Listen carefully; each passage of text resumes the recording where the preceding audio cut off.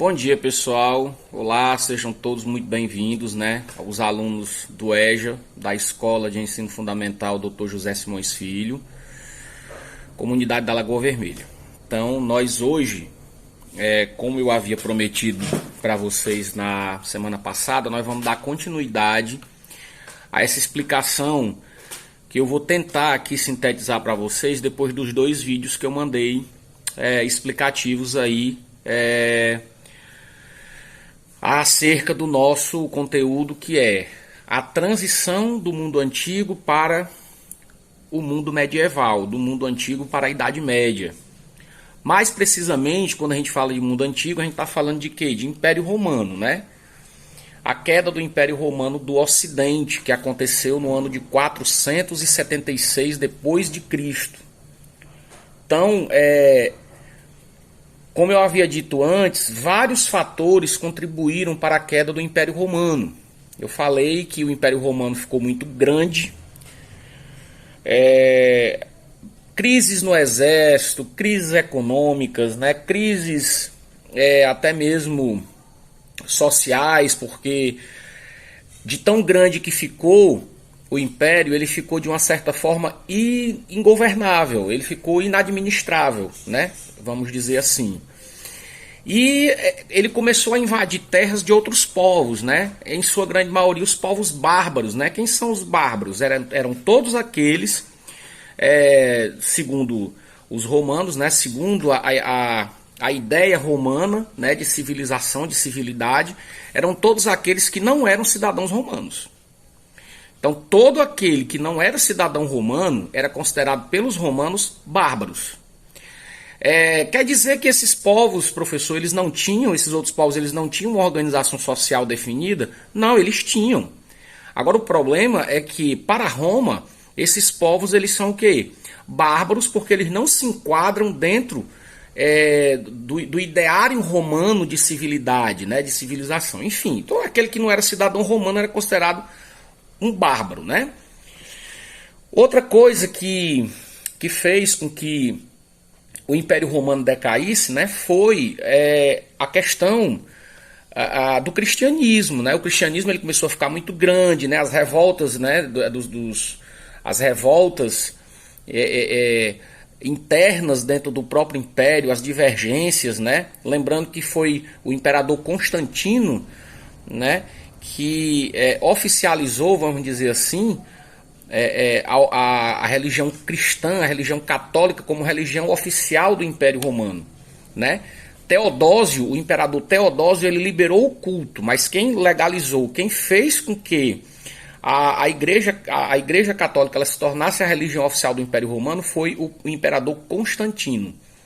Inclusive, no ano de 325 depois de Cristo, o Constantino ele fez o que nós chamamos de Concílio de Nicéia. O que foi o Concílio de Nicéia? O Concílio de Nicéia nada mais foi do que uma compilação de todas as vertentes do cristianismo, né, da época, e ele ordenou, né, porque o cristianismo ele tinha várias vertentes, né? Não era a religião católica naquele tempo, né? Não era como ela é hoje, né? Única. Não, ela tinha várias, digamos assim, seitas, né? Dentro da própria religião cristã, do próprio religião católica. Então, ele pegou e compilou desde a data da Páscoa até a data do Natal, até a data das festas religiosas da igreja e os evangelhos, né? O que deveria entrar e o que não deveria entrar hoje na nossa Bíblia. Então, na verdade, a nossa Bíblia ela já tinha sido escrita há milhares de anos atrás, porém, foi o Constantino que escolheu quais eram os evangelhos que deveriam ser lidos e interpretados pelos cristãos. Então, na verdade, a Bíblia que a gente conhece hoje ela foi uma construção do imperador romano Constantino. A gente não deve esquecer disso, tá? Voltando aqui para o nosso assunto, eu quero ser o mais breve possível. Assim, outra coisa que também fez com que o Império Romano do Ocidente, né? Estamos falando do Império Romano do Ocidente, tá, pessoal? Que teve a sua queda, que teve o seu fim, depois claro, não foi da noite para o dia, isso teve assim uma grande como é que eu vou dizer? Passou muito tempo para que isso acontecesse, isso não foi da noite para o dia, tá? E no ano de 400, não foi 1400, não foi 476. Essa data é muito importante, porque ela marca a queda, praticamente assim, o final da antiguidade clássica, Grécia e Roma, e começamos a vivenciar agora um novo período, chamado de período medieval ou Idade Média. Para alguns, tem uma nomenclatura errada de Idade das Trevas, porque segundo alguns acham que o mundo não evoluiu, né, durante esses 1000 anos da Idade Média, sendo que isso daí é uma grande inverdade, né?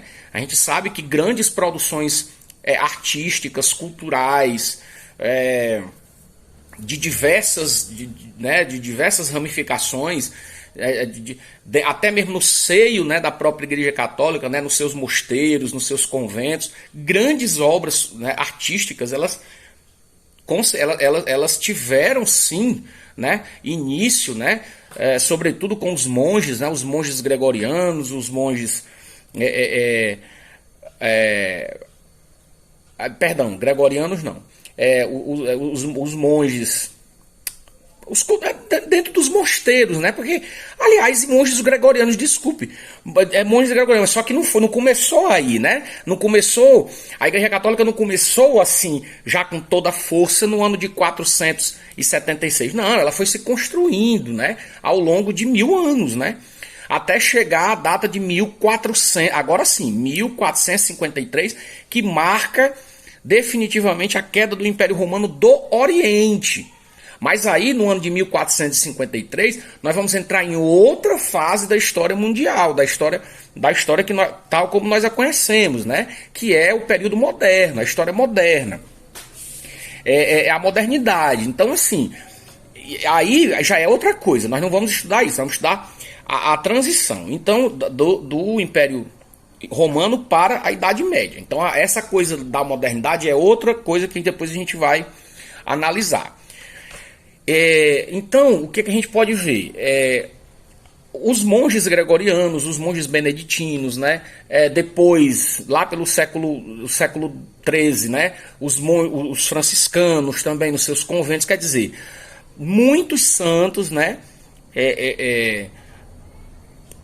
Agostinianos, né? Os monges agostinianos, quer dizer, muitos deles produziram grandes obras artísticas, né? Obras literárias, né?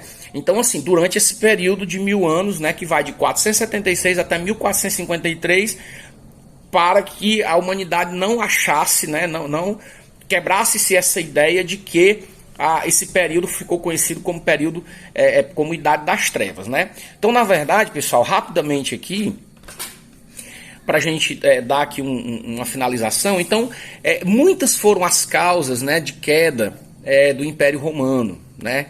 Como eu falei, né, crises, né, de toda sorte dentro do Império, né, e tudo que contribuíram para que o Império ele cessasse, né?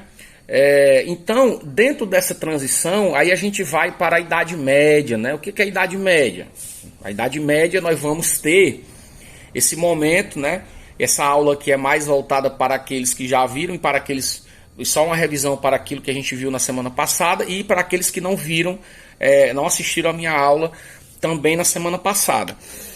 Mas assim, entender que houve uma coisa, né, alguns fatores marcaram com muita força o período medieval, né, dentre os quais eu acredito ser o mais importante, né, o grande poder da Igreja Católica, que isso aí foi inegável. A Igreja Católica ela adquiriu um poder temporal e até atemporal dentro desse período, né? Foi a instituição que dominou o mundo aí por 1000 anos também, né? A Igreja Católica, e ainda mostra o seu poder até hoje, né? Apesar de não ser mais o que era no passado, mas a Igreja Católica ainda é muito poderosa ainda, em vários aspectos, né?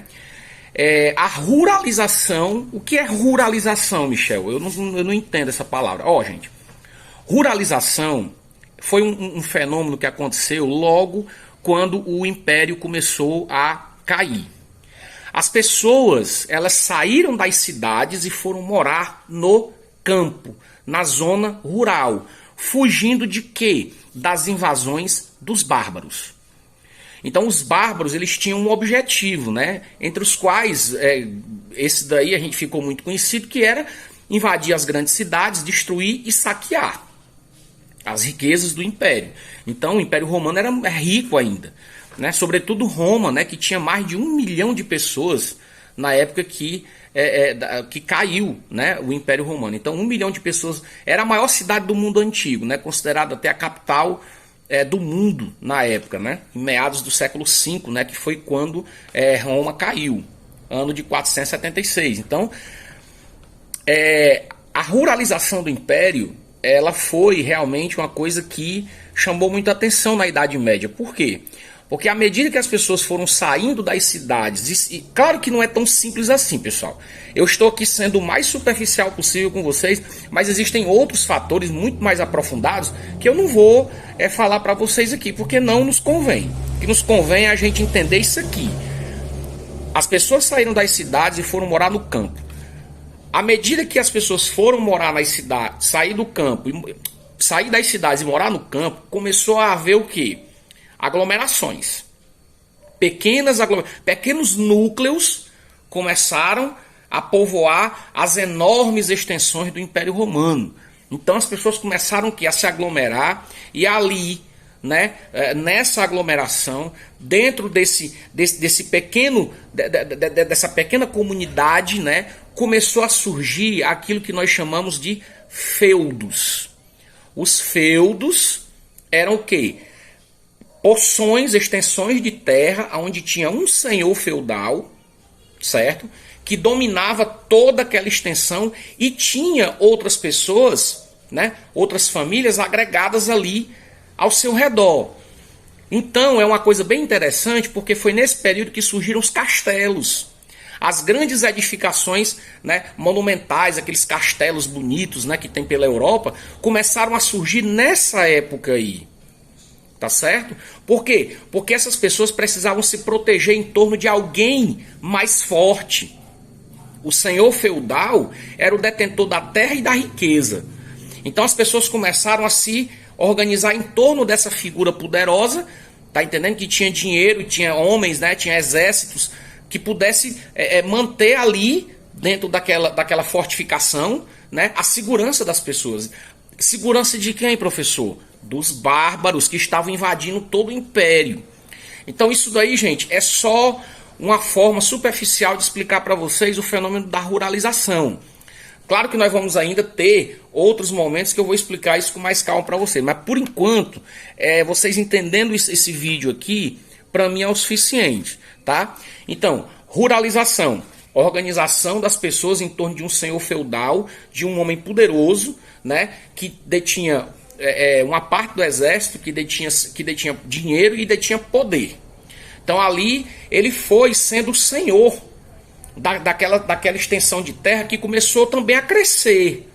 E como ela, começaram também a crescer as pessoas que viviam em torno dela, né? E ele ficou como sendo que o grande provedor, vamos dizer assim, o grande senhor daquelas pessoas que se organizavam em torno dele. As pessoas deviam obediência, deviam devoção. E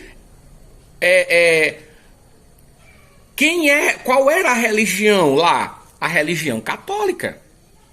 Então tinha igrejas, né? Tinha, claro, para o culto, né, dos cristãos. Então isso daí, haviam as missas, haviam os padres, né?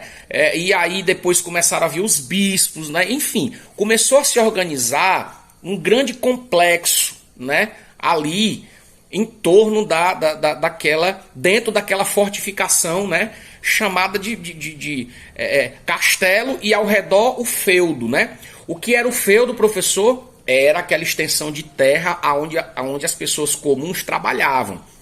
Como era o nome dessas pessoas? Os servos. Os servos que trabalhavam para sustentar a si e ao senhor feudal. O senhor feudal era poderoso, ele não precisava trabalhar. As pessoas que, em troca do trabalho, o que é que ele oferecia às pessoas? Segurança. Então é importante vocês entenderem isso. Ao redor daquela comunidade, dentro da formação daquela comunidade ali, tinha um senhor feudal que era o Todo-Poderoso, que em troca de segurança, ele exigia o quê? O alimento, né? O excedente alimentar para prover toda a comunidade. Então não esqueçam disso. Então nós vamos ficando por aqui. Vejam os vídeos que eu mandei para vocês. Analisem esse vídeo também que eu vou mandar, tá certo? E esse vídeo aqui também vai para o YouTube. E logo mais eu estarei passando umas questõezinhas para que vocês possam, dentro do que eu falei, dentro do que foi apresentado aí, vocês poderem resolver. Vocês fazem daquele jeito tradicional. Vocês copiam e respondem e me enviam a foto. Enviem a foto no grupo da EJA, tá certo? Pois muito obrigado. No mais, eu agradeço a atenção de vocês, tá? E bons estudos, né? Fiquem com Deus.